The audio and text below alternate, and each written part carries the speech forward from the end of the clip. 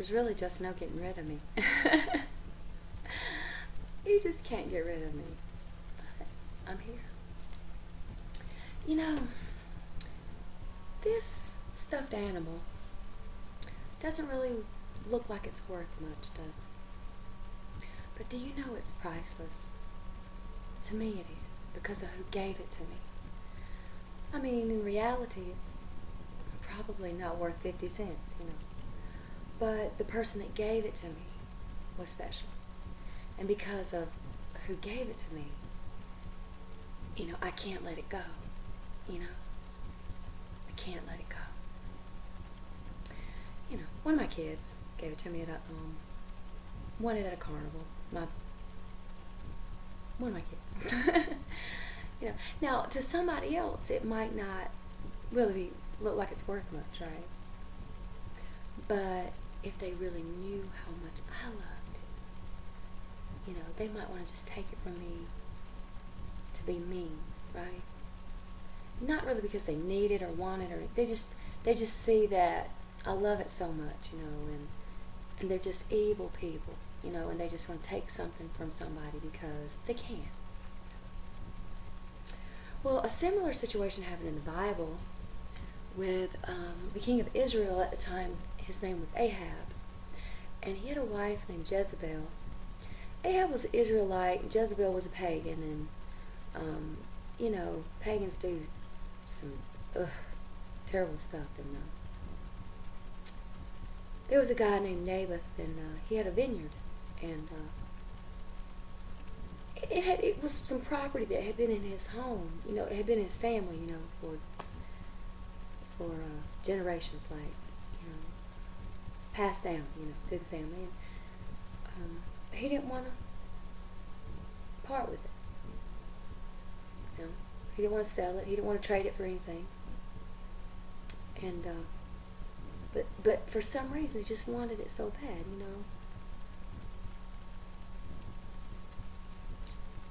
Maybe it was the geographical location of it. It had something to do with them controlling the area or something, or whatever it was the vineyard produced.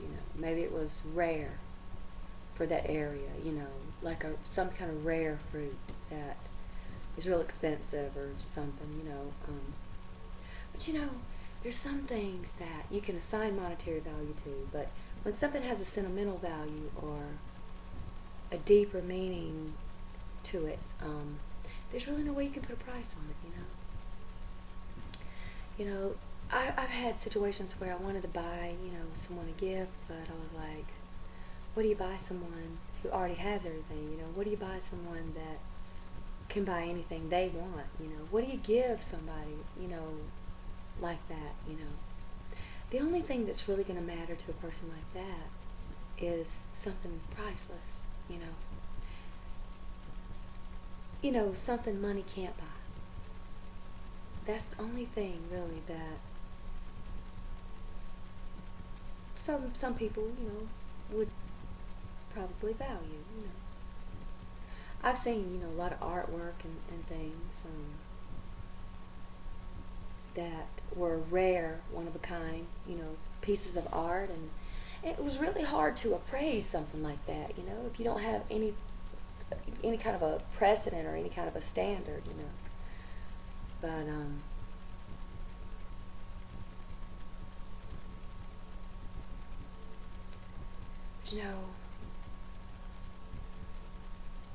when you have something that's just custom made, just for you, and it's a one of a kind, sometimes you just don't want people to know you have it because they just want to take it from you, They do. They want to take it from you. Special, friendships, things like that,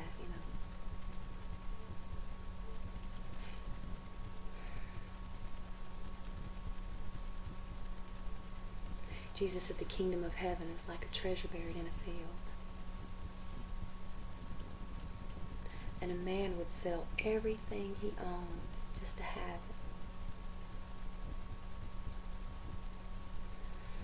it.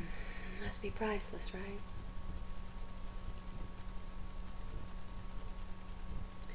I don't really know why Ahab wanted Naboth's, vineyard so bad. I mean, he had everything, right?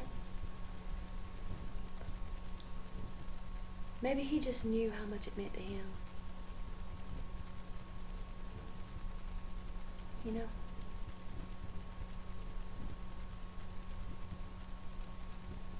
Maybe he thought that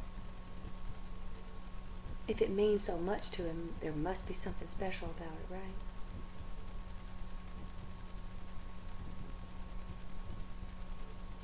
But, you know the story. Naboth wouldn't sell him the property, and he went home and told his wife Jezebel. And they'd come up with a plan to, falsely accuse him of something so that they can get him out of the way and take something that belongs to him. Sometimes, you have to keep some things that you have a secret. You don't want to, especially if you have something that you can't replace. You know what I mean? There's certain things that are just, you can't put a price on them. There's not enough money in the world that you just, if something happened to it, there would be no replacing it with something else. Or somebody else. It just makes you feel like you just want to protect it. You don't want to tell anybody you have it. You want to just protect it, and because you're afraid, somebody will try to take it from you, or something like that.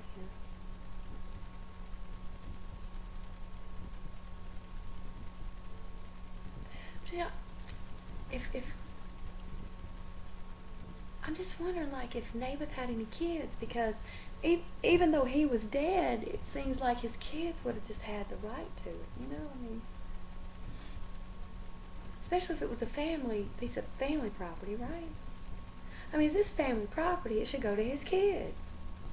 They're the family, That's who should have it. Here in America, we have things called trusts, living trusts, See, you can have a will, but wills are public knowledge, so you can, put property and stuff in trusts. This way nobody knows. You still have to have a will, but all the will's going to say is, everything's in the trust. That's all pretty much. But if you don't have a will and you die, there's something called intestate succession, and that's where it differs per state, but in some states, if you have brothers and sisters, they get it. In some states, if you have a parent, they get it. If you die and you don't have a will, And if you have a parent that has a lot of money, and they die, and they only have one child, right? And then all the money goes to the one child, but then that one child mysteriously comes up dead. And if that child did not have a will, then the money would automatically go to, like, brothers and sisters or a parent or somebody like that, right?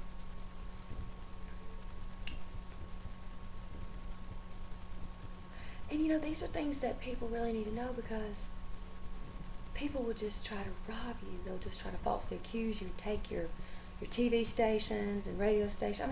They'll just do stuff like that, They'll download child pornography on your computer and frame you.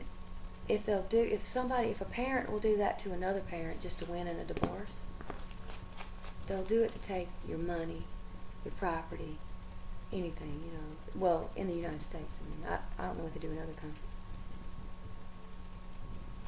Sometimes it's better to keep money in other countries, but,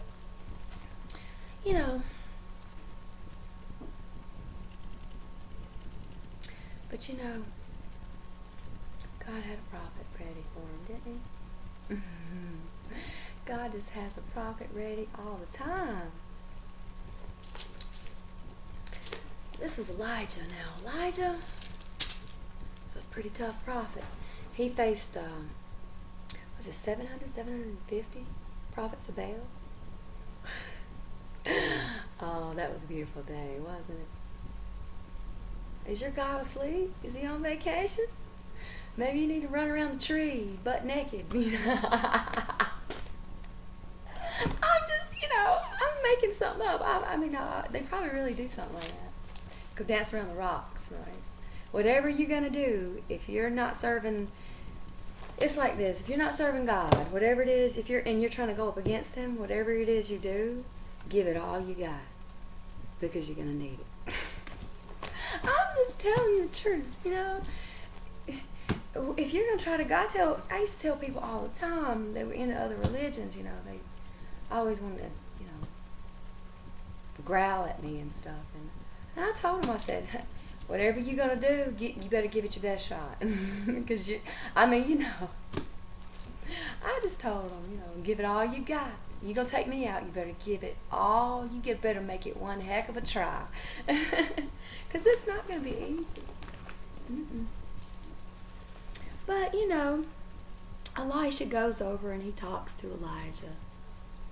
And, I'm sorry, I said that wrong. Elijah the prophet goes and talks to Ahab, okay? Because Ahab went to the sheriff's department and got his deed to the property now. And Elijah just met him over there at the property. Elijah met him on the property. And he said that, have you not murdered a man and seized his property? This is what the Lord says, in the place where the dogs licked up Naboth's blood, dogs will lick up your blood, yes, yours. So, the prophet's telling him that the very spot where he fell is where he's going to fall. God's going to, cause him to fall there. The dogs are licking up your blood? Okay. Ahab said to Elijah, so you have found me, my enemy? This is the NIV version. It's a pretty decent version. And Elijah said, I have found you.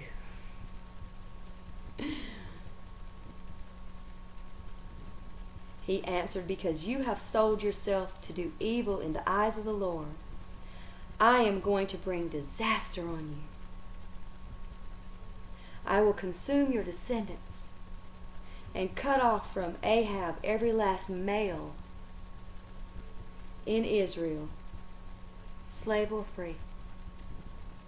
I will make your house like that of Jeroboam, son of Nebat, and that of Baasha, son of somebody. Let's see, I know I can do it. Ahijah. Because you have provoked me to anger and have caused Israel to sin. Now see, sometimes when your leaders are in error, the people are in error, unknowingly. When you repeat something somebody says, or you teach someone a practice that God doesn't like, but say you learned it, innocently. You didn't know. You're just following the leader, right? But they know what they're doing. You know what I mean? That's why I wonder sometimes, like, some of the religions that don't believe in, they say they're Christian, but they don't preach that hell is real. Somebody has to know hell is real. I'm just saying, because that sounds just so much like some kind of Kool-Aid to control people, But, then he goes on to say that, pretty much the same thing about his wife. Concerning Jezebel, dogs would devour Jezebel by the wall of Jezreel. And, it happened. Not right at that moment. It took some time, right? Took some time. See, he knew his day was coming, right? And,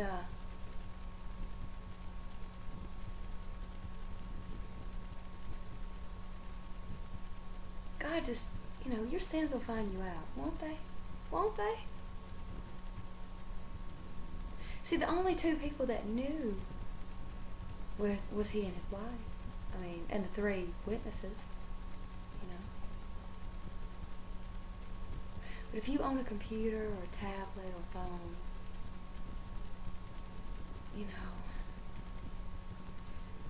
don't let anybody get on it.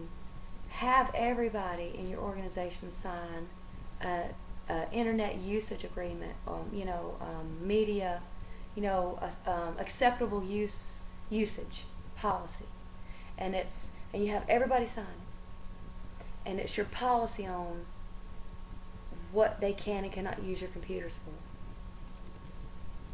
Because if you own something, if you're the founder of an organization or the CEO of a company or the owner of a TV station or a radio station, and somebody wants to take it from you, all they have to do is go in there and download some child pornography on it, and then the cops will come haul you away, and voila, they got rid of you, didn't they?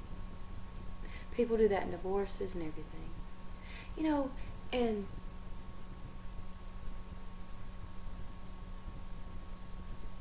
but when it comes to divorce, people just do something.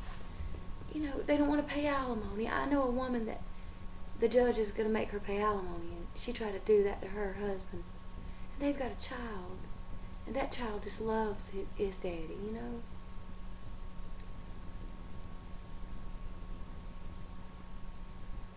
That's why prenups are so important.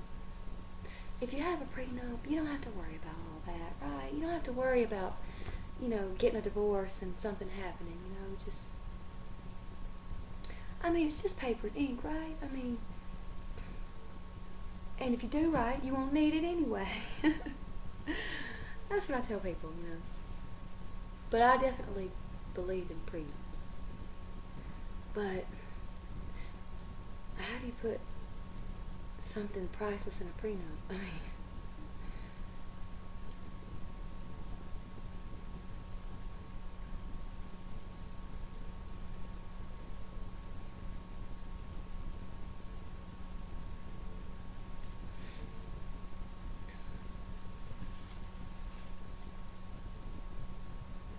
I figured out, though, if you want to give somebody something that already has everything, or they can buy anything, you have to give them something money can't buy.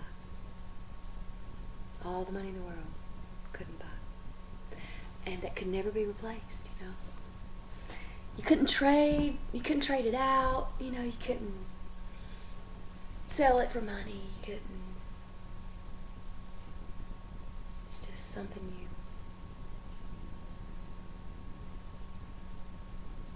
want to keep a secret.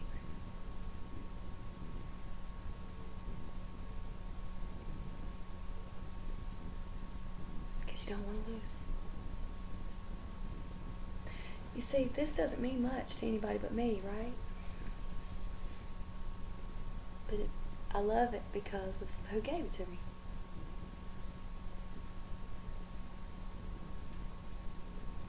But if I never said that, it was that special to me, nobody would really want it, would they?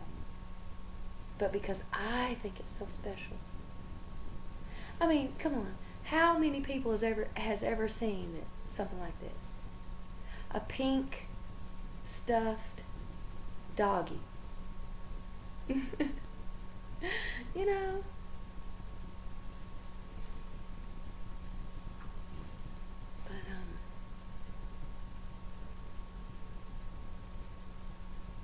If I had been Naboth's attorney, I probably could have got him off that, Because since when did three people tell the same story, Three people don't see things the same way. That's first red flag right there. You got three people telling a perfect story just alike. I'd be checking cell phone records and all that, emails.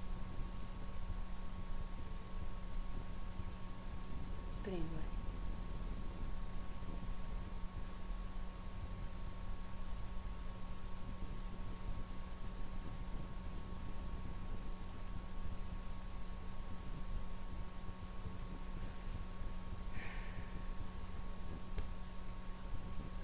guess that's all God was talking to me about. He was just talking to me about Ahab and Jezebel. Taking somebody's property because they falsely accused them.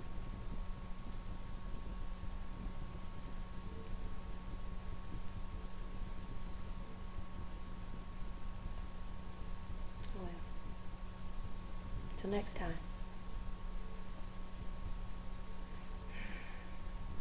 Good night. And remember, Jesus Christ is above everything, and all things revolve around Him.